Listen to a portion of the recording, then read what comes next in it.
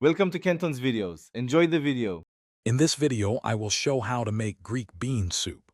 First, you'll need to soak 1 pound of dried cannellini beans overnight in cold water.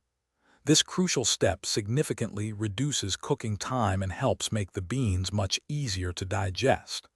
After soaking for at least 8 to 12 hours, remember to drain and rinse them thoroughly before moving on to the next stage of this delicious recipe. Next, transfer your rinsed beans to a large pot and add about 8 cups of fresh water. Incorporate 1 large onion, finely chopped, 2 cloves of minced garlic, and 2 medium carrots diced.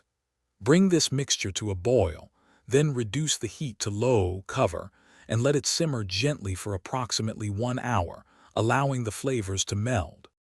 Now it's time to introduce some key flavors. Stir in 1 28-ounce can of crushed tomatoes and a single bay leaf for depth.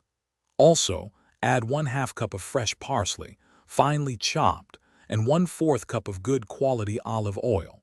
Season with 1 teaspoon of salt and 1/2 teaspoon of freshly ground black pepper to taste, ensuring a rich, savory base.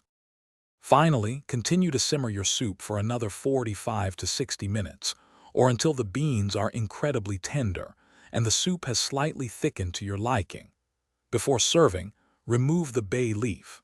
This hearty Greek bean soup is best enjoyed hot, with a generous drizzle of extra virgin olive oil and a side of warm, crusty bread for dipping. Enjoy! Thanks for watching. Consider subscribing if we helped you.